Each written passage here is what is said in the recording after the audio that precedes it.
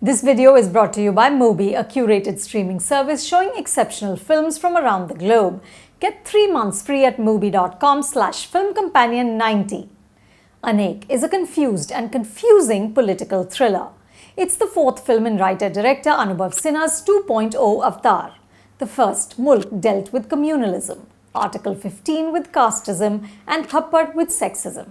In Anek, Anubhav turns his camera to the northeast, the region's troubled and violent history which goes back to the colonial era, its contentious relationship with India, and the virulent racism that people from the region face in their own country. The intent is noble and timely, but the outcome less so. Anek begins with the dedication with love to the people of northeast India.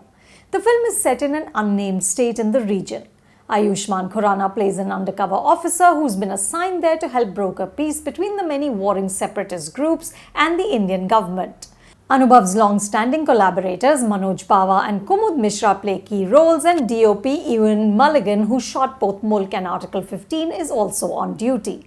Anek means many, and it seems that the writers of the film, Anubhav, Seema Agarwal and Yash Keswani, with Anjum Rajabali as a script consultant, took this title a little too seriously, because the film is a muddle of undercooked threads that never coalesce into a whole. For starters, there's Ayushmann's character Aman's story. His name for this mission is Joshua. Aman starts out as a business-as-usual, ruthless and cool spy. He even has a signature line about not venturing into places that he can't get out of. But then, inexplicably and suddenly, he becomes more invested in trying to do the right thing and in the relationships he's built with the locals. This includes his love affair with Ido, a boxer whose ambition is to play for India. This allows the screenplay to make room for training montages and to establish the routine racism that Ido and her coach face.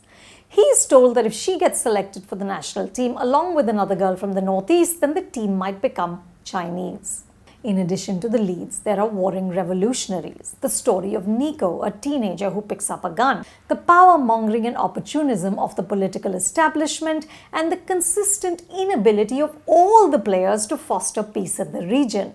As the character says, peace maintain करने से आसान होता है, war maintain करना. There are just too many narratives jostling for prominence, and what further compounds the problem is that the thorny, complex reality of the region needs to be made easily digestible for viewers in the rest of the country. To achieve this, Anubhav adds voiceovers from both Aman and Ido and reams of exposition. Characters repeatedly spell out moments. And though the film aspires for realistic textures, the dialogue veers towards flamboyantly dramatic. Characters say lines such as, "I'm not in the business of trust," and "Peace is a subjective hypothesis," and "मैं मेरी constitution के लिए काम करता हूँ." Basically utterances that you are unlikely to hear in real life. The busy nature of the plot doesn't allow the characters to develop with conviction. Ayushmann, with a beefed-up physique and close-cropped hair, looks the part, but the character remains opaque. Aman has presumably been on duty and served the political establishment long enough to understand their devious machinations. So why is he so disillusioned by their decisions? Also, why does he sniffle at regular intervals? That one trait seems to be some sort of a stand-in for depth. To Anubhav's credit, most of the actors in the film are from the region. This includes Andrea Kevichusa as Ido and Mifam Otsal as her father, Wang Nao. Their performances are solid, but the writing undermines their efforts. The ideological conflict between Ido and Wang Nao had the potential to evoke emotion and anchor the film, but it needed to be fleshed out better. Anek poses the critical question of who is Indian? At one point, Aman rails into the divisions of north, south, east, west and asks, "Sirf Indian kaise hota hai aadmi?" The sequence reminded me of that powerful moment in Article 15 in which the cop Ayan Ranjan, also played by Ayushmann, tears into the absurdity of the caste system. But in this film, the anger is less blistering because the narrative is too didactic and the messaging overwhelms the storytelling. Moreover, the messaging itself seems contradictory. Thankfully, Anek doesn't subscribe to the shrill jingoism that is all the rage currently. The film doesn't valorize the Indian forces or label the rebel groups as terrorists. We see how oppression and subjugation by the state leads men and women to violence. There is a horrifying scene in which we see locals bundled into cages like cattle. But later in the film, this gets turned on its head with a surgical strike which is staged with smoke, big guns, and slow motion. Ayushmann is very much the heroic figure going in as savior. Anek also repeatedly conflates the northeast with Kashmir. Manoj plays Abrar Bhatt, Aman's boss who hails from Kashmir. When Abrar sees the northeast region from his plane, he utters the famous couplet Emperor Jahangir is said to have uttered for Kashmir, Agar Firdaus bar ruye zaminast, haminast, haminast, haminast. The implication perhaps is that both parts of the country have been historically oppressed and alienated, and peace seems to be an impossibility because war is so much more profitable.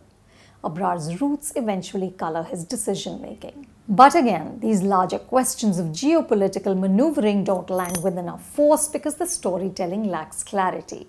There are stray sequences that have power, like one in which a rebel group is decimated. The bullets fly fast and ruthlessly. Largely, however, Anek is undone by trying to be too many things. The film is a welcome step towards more diversity and representation in mainstream Hindi cinema, but now we need deeper dives. Now to tell you a little bit more about Mubi. Every day Mubi premieres a new film. From brand new work by emerging filmmakers to modern masterpieces from today's greatest icons, there is always something new to discover. With Mubi, each and every film is hand-selected. It's like your own personal film festival, streaming anytime, anywhere. Try Mubi free for 90 days at mubi.com/filmcompanion90. That's mubi.com/filmcompanion90 for 3 months of great cinema for free. This week, I highly recommend you check out Drive My Car by Ryusuke Hamaguchi, which is streaming now on Mubi.